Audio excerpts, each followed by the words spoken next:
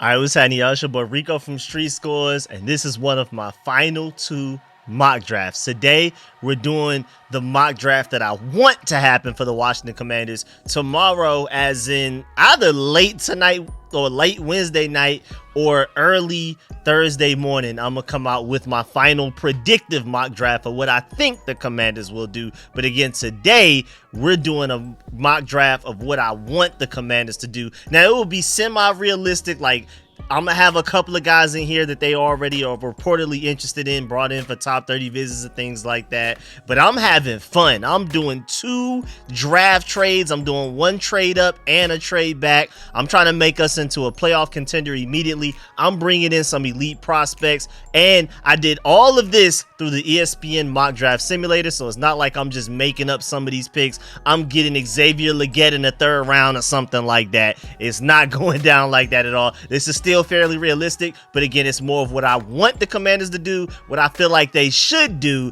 and then the next mock draft I come out with within like another 25 hours will be the predictive one of what I think they will do. But before we dive into this mock draft, make sure you still farm that like button, still farm the subscription button, and still farm the bell next to that subscription button so you get notification each and every time I release an informative and opinionated video just like this one. Again, make sure you follow me on all of the social media platforms, Facebook, TikTok, Twitter, Instagram, all of them, because we're going everywhere with it, man. And this is your one-stop shop for everything Commander. So I will be live streaming the entire draft, especially at least rounds 1 through 5. So I'll be live streaming Thursday for round 1, Friday for rounds 2 and 3, and Saturday for at least rounds 4 and 5. Of course, I will be doing breakdowns of every player that the Commanders end up drafting. And then later on down the line, hopefully before we get to training camp, I'm able to do film sessions for each player we draft as well. So that's at least 2 videos minimum for each player that we bring in under Adam Peters' first draft as the Washington Commanders general manager. Stay tuned, because I'm keeping y'all updated on all of the rumors and everything leading up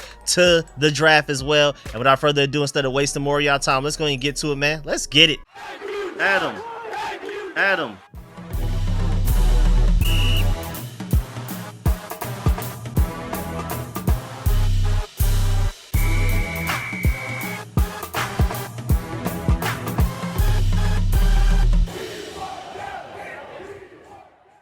And before I even started the draft, I called up the Pittsburgh Steelers, hollered at them about their 20th overall first round pick, and told them, man, you don't even really want it that bad for real, man. You ain't even really like that desperate to use that 20th overall pick. You feel me? So they replied back, you're right, Rico. So I gave them a deal they couldn't refuse. And shouts out to the new ESPN mock draft simulator, because I felt like I should at least do 1 mock draft without the Pro Football Focus simulator that I normally use. So we went with ESPN this time. And this is the first time I've seen it available. I mean, I just saw this like a couple of days ago. Last time I checked, like a couple of weeks ago, it wasn't even available. And so for the Pittsburgh Steelers deal, again, I did 2 trades. It's the first one. I gave them our 40th and 100th overall picks in this 2024 draft, and then also our 2025 second rounder. And then they gave us their 20th overall pick in the first round of this draft in return. And then mid-draft, not even that, I did that before I even started drafting with the ESPN mock draft simulator. But this next trade I made, it was in the middle of the draft. I ended up trading back from our 73rd overall pick in the 3rd round because there were 2 players that I really liked that were still available, and I knew I could still trade back and get both of them. And I feel like Adam Peters would potentially do something similar if he had 2 guys that he really liked as well. So I gave the Green Bay Packers our 73rd overall pick, our 152nd overall pick, plus a 2025 4th rounder to get their 88th and 91st overall picks in return in this upcoming draft. And my general logic behind these trades is that I personally feel like we need to trade up into the mid-first round for one of the best tackles available.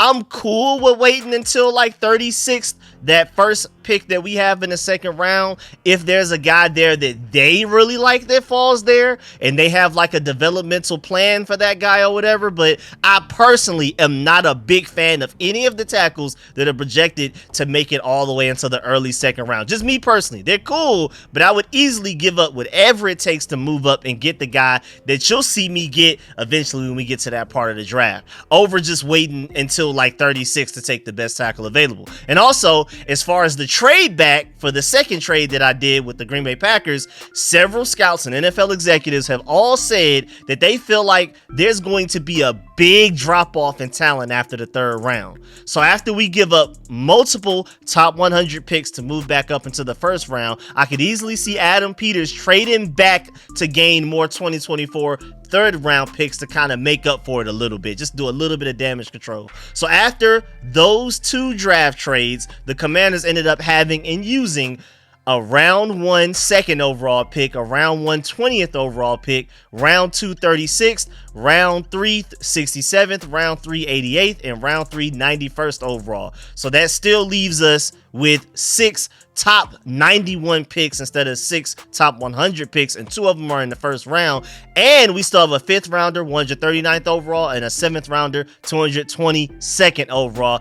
You can't beat that in my opinion. That's why this is my super what I want to happen. It's kind of like a dream case scenario, but it's a realistic dream case scenario. So that's why I don't want to word it like that, because when people hear dream case scenario, they typically think that it's going to be very unrealistic. But again, I made sure all of this happened through the ESPN mock draft simulator. Like literally every pick that you're going to see made in this draft, not only with the trades that I did, but every pick I made in this draft, I did in the ESPN mock draft simulator.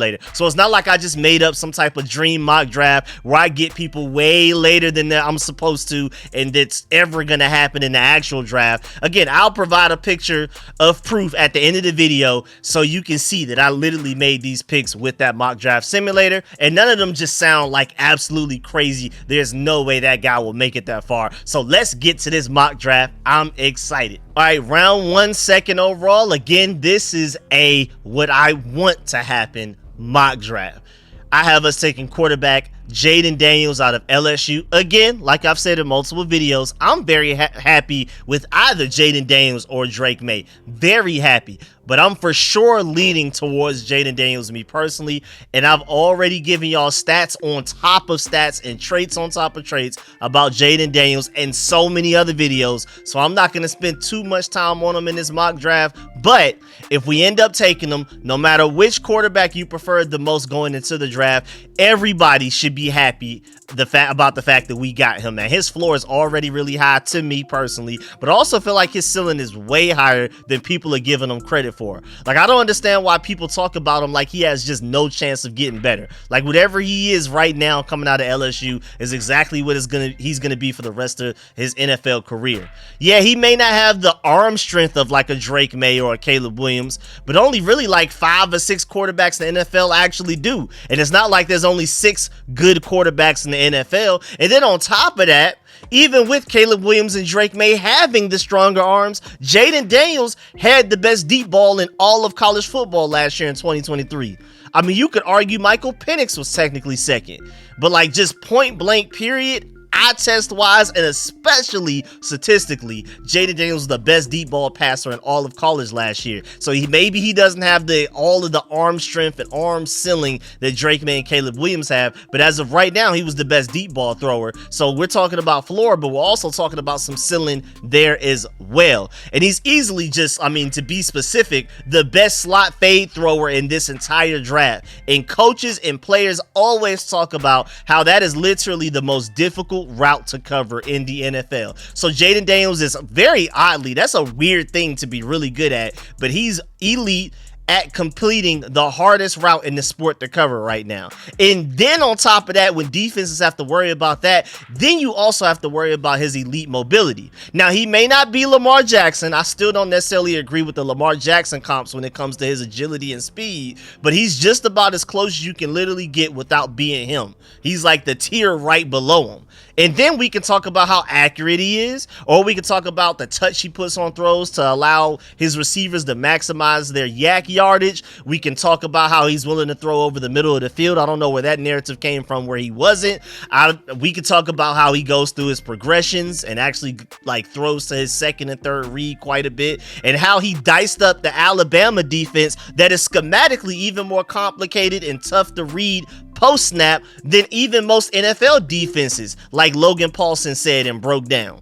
And we could talk about just so many other things, but we gonna keep it pushing. You know what I'm saying? You see how I did that? You know, I still made sure I mentioned a few things, but again, we're not gonna do a deep dive in this video. I've already done full breakdowns on him, and if we end up drafting him, then I'll just do an even deeper deep dive and like recap a lot of the things I've said in previous videos, a lot of the different stats in that video. But for now, we're gonna keep it pushing with Jayden Daniels and move on to the next pick. And so round 1, 20th overall, after we traded back up into the first round, we take offensive tackle Amarius Mims out of Georgia.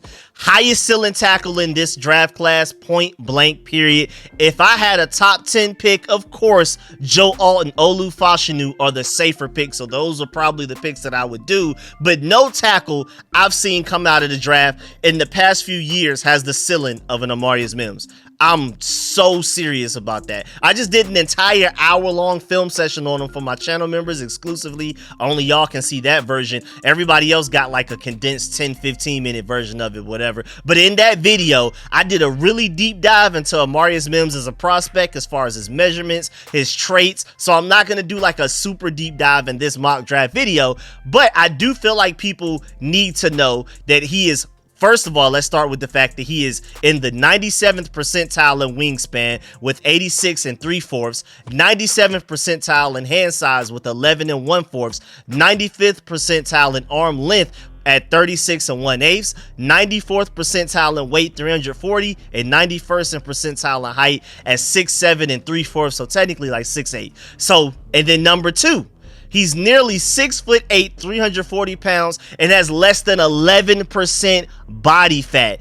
Enough said just there alone. And then number 3, how about some stats from 2023 if you're a stat guy?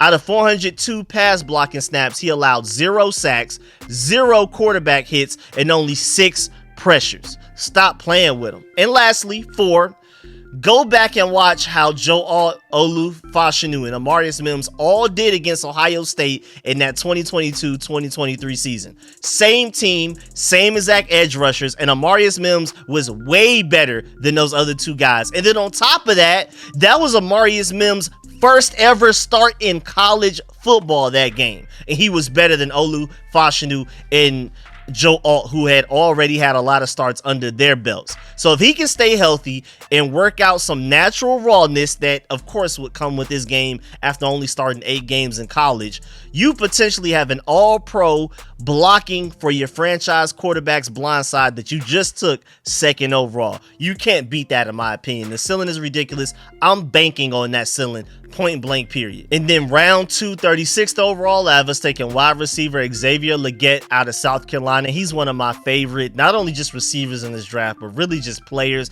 I really believe in his talent. I really, really do. Now, let me start by saying that I highly doubt that Xavier makes it past the Carolina Panthers at 33rd overall. Let me just go ahead and get that out the way. This, out of any pick that I have in this draft, is probably the one that I'm the least sure about that guy making it to that pick in real life. A lot of people project him to potentially go 2nd round. A lot of people even project him to go 3rd round. Like Bleacher Report has him ranked in at 70th overall.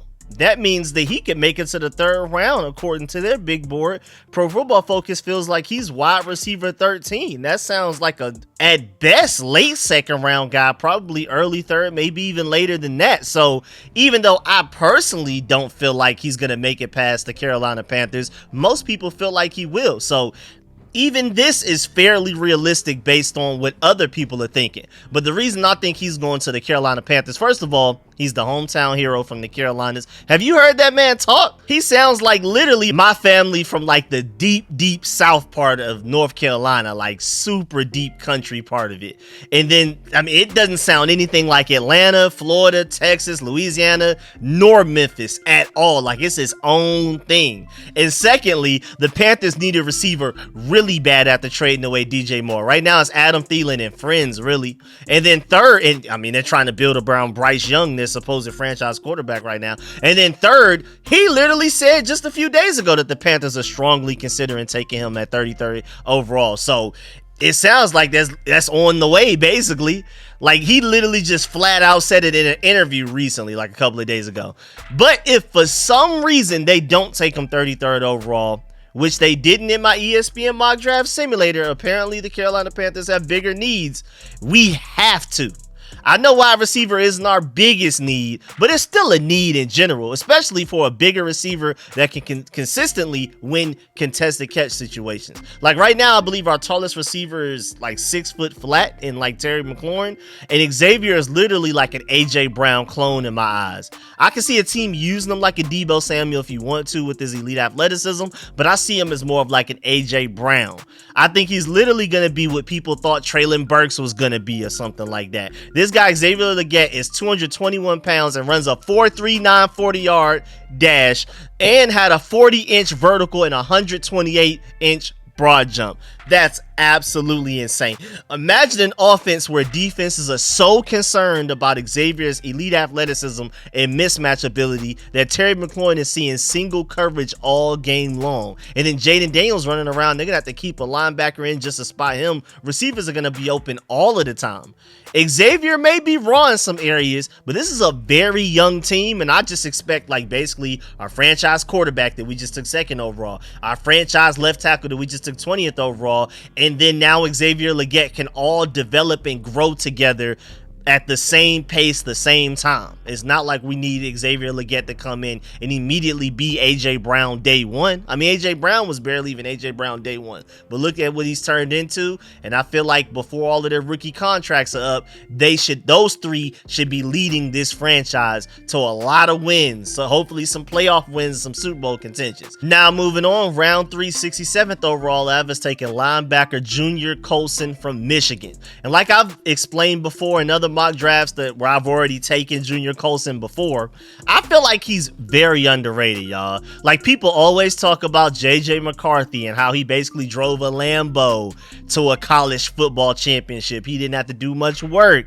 and that the team around him was so elite that he didn't even have to really be good to win that championship. So if the defense really did carry Michigan to a ring, then why aren't people higher on one of the best pieces of that entire defense in Junior Colson? Like, he may not necessarily be the second best linebacker in this entire class, but he's for sure my second favorite linebacker, only behind Peyton Wilson in this class. I like him more than Jeremiah Trotter Jr., than a lot of other linebackers in this class. First of all, he's already elite in coverage. I mean, day one, he comes in, he can contribute immediately on third downs, obvious passing situations if you want him to. And then he also has great instincts and is also 6'2", 238 pounds. So there's some run stopping ability potential right there. But even at 238 pounds, he has very quick feet. He has a lot of twitch in his hips. He can change directions really well. And he's also really strong, has a lot of strength to his game. So you can teach him how to stack and shed offensive linemen better over time. He already has the length. He already has the aggression, the willingness, and again, the strength. So just needs some technical fine tuning. And this guy can be a really good linebacker. I still don't see how so many people think that he's going to be like available this late. I really don't. I think he should go sooner in the draft, but maybe he still will be available here again, just like ESPN had him available here for me to get him. I mean, with him sitting here 67th overall, I had to take him. He just fits us so perfectly. Because even as a rookie, you're going to have Jamin Davis. He'll be rushing the passer from the edge a lot of the times. You have Frankie Louvu. He'll be rushing from up the middle and run stopping, little bit of coverage. Bobby Wagner's going to be primarily doing the run stopping and being the quarterback of the defense. Junior Colson can step in and immediately probably be our best coverage linebacker day one potentially. Like, the fit is just so elite. It's so perfect. And also with the fact that we already have Jamin Davis, Frankie Louvu, and Bobby Wagner, he will not be thrown out there and forced to play more than he should. He can take his time and develop, come in the game as a rotational piece, contribute here and there, get better, and then if we don't want to re-sign Bobby Wagner next year, this guy can step up and potentially help this linebacker group stay really good to elite like I believe they're going to be this upcoming 2024 season. Now moving on, round 3, 88th overall, I was taking tight end Jatavion Sanders from Texas. And even though I'm not the biggest Ja'Tavion Sanders fan, especially after I've started to really watch other tight ends in this class, like I'm starting to really like Ben Sinnott, and I'm excited about Theo Johnson's potential. Of course, Brock Bowers is my tight end 1, but he's out of reach. I'm talking about all of the other guys in the class. But Ja'Tavion Sanders was one of the limited top 30 visits that went to Ashburn to personally meet with Adam Peters, Dan Quinn, and all of those guys. So there's clearly some high interest on that end. And even though Ja'Tavion isn't a good blocker and may never become one, we already have 2 really good blocking tight ends in Zach Ertz and arguably the best blocking tight end in John Bates. Logan Paulson said John Bates is the best blocking tight end in the NFL, point blank, period. And so even though we wouldn't have necessarily like a certified dependable dual threat tight end in Ja'Tavion Sanders, or really anybody in this group as we can safely project right now. You never know. Maybe Cole Turner can turn into that. Maybe Armani Rogers could, or whatever. But as of right now, if anything, we need pass catching tight ends, since that's really where the question marks are in this tight end room. Again, we already have 2 very dependable blockers. Where's the receiving ability in the tight end group? Again, y'all know me, man. I'm as high on Armani Rogers as you can get, but he is coming off of an injury, and we still have a lot of question marks there. He still has to develop as a better tight end. And then you have Cole Turner, who I feel like has a lot of talent, but was just underutilized. And I feel like his biggest problem is that his best trait is winning contested catches, and you got to trust that a defensive coordinator and a quarterback is going to be willing to throw you a lot of contested catch opportunities. Typically, you want to throw it to the guy that's open. With Cole Turner, just throw it up there and trust that he'll come down with it. But either way, both of those guys are still question marks, especially after what we saw last season. Armani Rogers hurt, and Cole Turner was a healthy scratch from some games. I'm still confused as to why that happened. And so if there's one thing that we can trust Ja'Tavion to do day 1 is be a deadly contributor in the passing game. There's a certain floor that he has with that. Will he ever be a really good blocker? Will he ever be a good enough blocker for us to consider him a dual threat tight end? Who knows? But at the very least, we know we have Zach Ertz, at least for this year, John Bates for the near future, that can block. And then you bring Ja'Tavion Sanders in that brings a certain floor to the passing game out of that tight end room. And Armani Rogers and Cole Turner bring this ceiling. We can have a deadly tight end group right there. Even though isolated, like if we're just ignoring fit, if you're ignoring the tight ends that we already have on the Commanders, is Ja'Tavion Sanders my second favorite tight end, only after Brock Bowers? No, he is not. But fit wise and what the Commanders probably need the most, and also mixed in the fact that they brought him in for a top 30 visit, I felt like Ja'Tavion Sanders made too much sense once I was sitting there 88th overall and he was still there. Now moving on to round 3, 91st overall. I have us taking edge Jaylen Hunt out of Houston Christian. He's from the FCS. And just to let you know right now, it's probably going to be one of my biggest breakdowns, longest breakdowns of this video, so buckle up. He's a converted safety, which is really weird. Like going from safety to edge rusher is very rare. Like that's a big jump. Not safety to outside linebacker, not even safety to middle linebacker. How about you go from safety to being at the defensive end position, basically? But then again, when he was playing safety, he was doing it at like 235 pounds. So he really should have just never been a safety in the first place. And don't worry, I know you just heard 235 pounds, but that was when he was playing safety. I wanted to emphasize that. As of right now, he's 252 pounds. So he can survive as an edge rusher easily. But moving on, he came in for a top 30 visit. That's the first thing that perked my ears up. Okay, this guy should be on our radar. Let's pay attention to him. And with him being from the FCS, most people don't know about him. So that's Adam Peters and company doing their homework right there.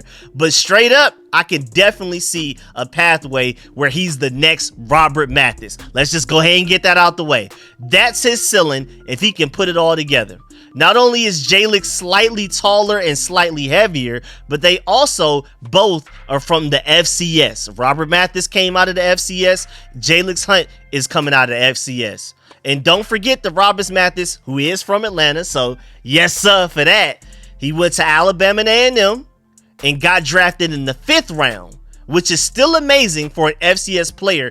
getting drafted in the 5th round coming out of FCS is actually pretty remarkable. And Calix is projected to possibly even go even higher than that. So people are higher on Jalix coming out of college than they were on Robert Mathis coming out of college. I'm not saying that that means he's necessarily going to be better than Robert Mathis, like just automatically, but just to let you know, this is not a guy you should sleep on just simply because he's coming out of the FCS. Also, I feel like the most notable thing is Robert Mathis only needed his 2nd season in the NFL to start having double-digit sack seasons. He came from the FCS, made that huge leap from the FCS to the NFL. It only took him by his 2nd season to be a strong contributor for the Colts. So maybe if we're projecting him to be the next Robert Mathis, Jalix may not have to come out and necessarily look like Micah Parsons immediately his rookie year or anything like that. And most importantly, we may not even need him to with all of the veteran edge rushers we brought in this offseason through free agency. And y'all better go crazy in 2024 because by 2025, I'm letting you know right now, it could be Jalix Hunt time. And that would be perfect timing because both Cleveland Farrell and Dante Fowler's contracts end after 2024 season because we signed them both to 1-year deals. And until then, I feel like worst case scenario, Jalix Hunt can be like a strong special teams contributor. We don't necessarily need him to play a lot in his rookie season, but that elite athleticism is at the very least useful day one on special teams. And I feel like his realistic floor, like at worst case scenario, I think he'll be like ex-Old Dominion and current edge rusher for the Giants, O'Shane Ximines. I feel like at worst he'll probably be like that. And I feel like, you know, basically at worst he'll be a very disruptive situational pass rusher that comes in on 3rd and longs and on obvious passing downs because right now he's inconsistent against the run. I can admit that. Very inconsistent, but he's a scary sight on 3rd and long for a quarterback, man. And he still doesn't even have all of his nuance yet with hand moves, counters, and things like that. Wait till he gains that. So if he really wants to become the guy that can play on every down, there's a blueprint for that. We know exactly what he needs to work on. We can project him. Look at Robert Mathis. He needs to just watch Robert Mathis tape all day, every day when he's developing. He literally honestly, just go ahead and study Khalil Mack tape every day. Because if we're ignoring the FCS part of his resume, which is why I mainly comped him to Robert Mathis, them both coming from the FCS again, I think his real ceiling comp could potentially be a Khalil Mack. Because they have a very, very, like, scarily similar athletic profile. Jalix is just slightly bigger, slightly faster, and slightly longer, but only slightly less agile, and just exactly basically as explosive as Khalil Mack is. So if, and that's a huge if, I want to keep emphasizing this is a very big if, Jalix can put it all together, he has the potential to be a Khalil Mack type of guy playstyle wise. Not everybody that comes out of the draft has the traits, body type, and athletic profile to be a Khalil Mack. That's very rare. Jalix has that. But of course, Khalil Mack was a 5th overall pick, so people knew coming out of college he was going to be different. So we're talking about a very, very, very extremely slim chance for Jalix Hunt to end up being like that. But the building blocks are there. The ball of clay is definitely there. And he would come to a great situation where this team isn't expected to exactly like win right now. We don't need him to contribute and go out there and get double-digit sacks, and we're forcing him onto the field sooner than he should right now. And I truly believe that Dan Quinn and Joe Witt Jr. will be patient with him. And that's very important because if a team is not patient with a guy like this, he's set up for failure. And so basically do not draft him and expect him to ball out his rookie season. I'm not expecting that at all. Wait, just like the Colts did with Robert Mathis, and have a great edge rusher from over like a year from now. He'll ball out. He'll basically feel like he's part of the 2025 draft class at the end of the day. And I know we're tired of the Commanders drafting non-starting rookies in the 3rd round, but I'm telling you, you bet on these traits. And also, I doubt he makes it to the 5th round. I feel like he's more than likely going to go somewhere in the 4th round. And in this mock draft, we don't have one of those. So don't even take that chance. Go ahead and get him in the 3rd with your final 3rd round pick before somebody ends up taking him before your 5th round pick. Now, round 5, 139th overall Evans taking running back Isaac Gideon from Louisville. And this is just a pure potential pick right here, man. This guy has as high of a ceiling as a ceiling can be for a running back, man, which is backed up by his raw athletic score. He had a 9.99 out of 10 RAS, y'all. He's 6 foot tall, 221 pounds, and ran a 4.33 40-yard dash and had a 41.5 vertical. We are talking about like the ultimate ball of clay here for a running back. But the reason he'll still be available this late in the draft while being a complete alien is literally because as a running back, he's still lacking a lot of nuance right now. His vision is inconsistent. He's strong, but his pass protection technique is bad right now, but there's some potential there just off of how strong he is. He bounces runs to the outside too often still, which is probably because he feels like he can outrun the entire defense to the edge, which a lot of the times he can, but still he needs to learn to just take what the defense is giving him more often. And he also needs to get better with his cuts. He needs to let his cuts be a little bit sharper. But literally all of that is coachable. And with Anthony Lynn here, I have a lot of confidence in this coaching staff's ability to get greatness out of this guy. He has everything you can't coach and just needs help with all of the coachable aspects of his game. He may not necessarily be like a 3-down back his rookie season just yet, but he has a crazy ceiling. His athletic profile is literally Edgerrin James. But Isaac is literally heavier and a little bit faster than Edgerrin James, which is crazy. We'll see if he can ever reach that ceiling ever in his life. Wouldn't put money on it. That's a very rare company. That's extremely slim. But humans that have Edgerrin James athletic profiles just don't come around often. You have to take that rare specimen and then do whatever you can to try to turn him into a nuanced route runner with improved vision, because he could literally end up becoming just a higher ceiling prime Austin Eckler. Literally just a stronger and faster Austin Eckler if he can put it all together. Who knows if he ever will, but I'm taking that chance, especially in the 5th round. I think the 5th round, maybe even starting with somewhere the mid to late 4th round, is where we're going to start having a real run on running backs. Hopefully Isaac makes it a little bit further than I think he probably will end up making it. And then lastly, I have us taking round 7, 222nd overall, safety Tyler Owens from Texas Tech. And yes, I've already mocked him to the Commanders in one of my other mock drafts, but I had to do it again because I feel like this is just a perfect blend of, one, his potential is ridiculous. I love his potential.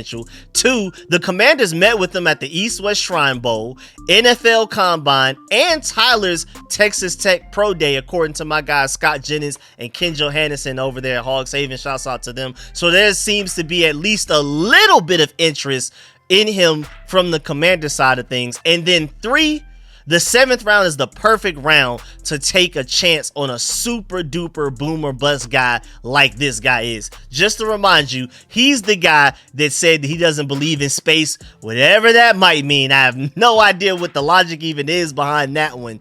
But let's just go ahead and move on to who he is as a prospect. And this guy is a pure athletic freak. I know I've been saying other people have been athletic freaks. And Isaac, the running back from Louisville, is definitely like a top tier athletic freak. But Tyler Owens is right there with him, maybe right behind him. At 6'2", 216 pounds, and a 95th percentile wingspan, a 79th and 6/8 inch arms, and had a 41-inch vertical, and had the longest broad jump of all defensive backs in the entire combine with 146, and he was projected to run a 4.3 flat 40 time. Again, 6'2", 216 pounds, projected to run a 4.3 flat 40 time. He said at least that his goal was to run somewhere in the 4.2s. And you could argue he probably would have been the MVP of the combine if he could have done all of his testing before he got hurt. He got hurt before he could end up actually doing his 40 time and recording the real one. But of course, he's raw in a lot of areas. That's why, as much of an athletic freak he is, I think he may be available in the 7th round. First of all, again, he got a little banged up during the combine and things like that, which is why he wasn't able to prove that he can run somewhere 4.3 or even quicker than that, somewhere in the 4.2s. Again, 6'2", 216 pounds. I want to keep emphasizing that with that level of speed. But I'm telling you, man, even though he's raw in a lot of areas, we got Dan Quinn, Joe Witt Jr., and Jason Simmons for that, man. They can get him right. If there's any coaching staff in the NFL that can get him right, I'm sure that we at least have one of them. And it's amazing how far off the radar he's gone since being a 5-star prospect coming out of high school, according to 247 Sports. Most other people have him as like a 4-star, but 247 had him as like a top 30 player in their recruiting cycle back then. I didn't forget personally, because I was wondering where he ended up. I'm always keeping track of all of the like elite players in high school recruiting cycles. I wanted him to go to Georgia in that 2019 recruiting cycle. That's one of the main reasons I love recruiting too, because I watch a lot of these guys go from high school to college to the NFL. I love seeing that step-by-step. Even some guys, I'm watching them since middle school, especially if they're in the state of Georgia, or if they're just like this elite player that everybody should know about. It's this middle school, like 8th grader that's going crazy, especially like a quarterback or something like that. But generally, I'm watching guys go from high school to college, whatever college they go to the NFL, whatever NFL team they go to. I love watching that developmental process, and I really love watching out because some of these late rounders, like this guy, was very talented coming out of high school, 5-star level player, and then for one reason or another, they just ended up not working out in college. Maybe the college didn't develop them the right way. Maybe they didn't give them everything they needed resources-wise or enough coaching and attention. Or maybe the player just didn't have the right work ethic or whatever. Maybe like he was ranked a 5-star just off of simply just traits, but he didn't have any of the mental and nuanced parts of them. Or again, maybe it's something work ethic-wise. Either way, whatever reason, you just never know that if he goes to the right NFL team that gives him the right amount of development, attention, and coaching, he could end up showing you why he was a 5-star prospect coming out of high school. And I'm hoping we can be that team, and I'm hoping that he can be that player that just, you know, some of those guys tend to, 5-star prospect coming out of high school, gets lost in all of the mess that goes on in college, goes to the NFL level, and the right coach gets a hold of them and brings out their potential. I'm hoping we can do that. So basically, that's the end of this draft. And in this draft, we basically got, first of all, a faster, better at reading defenses and better deep ball throwing college version of Jalen Hurts and Jayden Daniels. That's realistic. Then we also got Tyron Smith, but a scarier athlete. That's realistic. We also got AJ Brown. That's a realistic comp. Then we got Dre Greenlaw, in my opinion. That's a realistic comp. Then we got Dalton Kincaid coming out of college. That's realistic. Then we got Robert Mathis. That's a little less realistic. I'm going to call it semi-realistic because I believe Jalen Hunt really has that true ceiling. And then we got Edgerrin James as a running back. Now, that's the biggest reach for my comps out of all of the comps. That's the biggest reach. But again, people with the athletic profile of an Edgerrin James do not come around often, so just take them and see what happens. And then lastly, we have a pure athletic freak with all of the tools and natural ability you need to be a playmaker at the NFL level. So after all of that we just got in the draft, those comps that I just gave you, now after the draft ends, go and sign safety, all pro safety, Jason Simmons, as soon as you can. Like literally Saturday evening, go get Justin Simmons. And now you have an all pro safety in your young safety room right now. We need a veteran, really good safety, and especially with Dan Quinn and Joe Wood Jr., with them loving to take the ball away. Justin Simmons has led the NFL in interceptions since he's been drafted in 2016.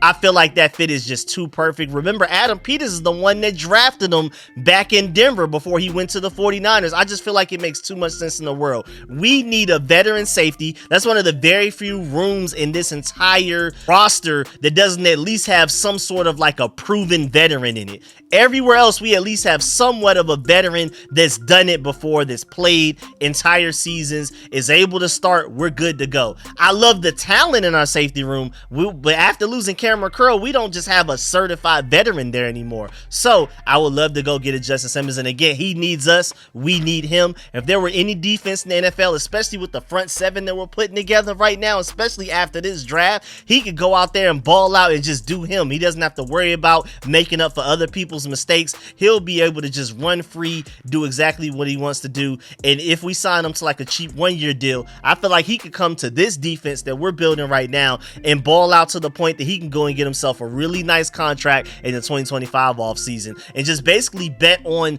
our coaching and development like Jeremy Chin did, taking a very cheap 1-year deal with us this offseason as well. So, hey man, bring in Justin Simmons, continue to grow and develop the young guys that we already have in the safety group, and then when Justin Simmons potentially leaves in the 2025 offseason, you have guys like Derek Forrest, Percy Butler, and my dog, Jartavius Quan Martin, ready to take over and ball out and dominate. And hey, man, if for some reason you want to bring Justin Simmons back again, I'm not mad at it. But I just feel like that would be the final puzzle piece after a draft like this, especially to turn us into a top 5 defense in just one offseason. From 32nd to top 5, I feel like we can really do it, especially if you go get a Justin Simmons and have the draft that I just did in my mock draft. But yeah, man, that's the end of this video. Please get in the comment section. Let me know how you feel about everything discussed in this video. Please stiff arm that like button, stiff arm the subscription button, and stiff arm the bell next to that subscription button so you get notification each and every time I release an informative and opinionated video just like this one. Let me know, of course, in the comment section how you feel about my mock draft.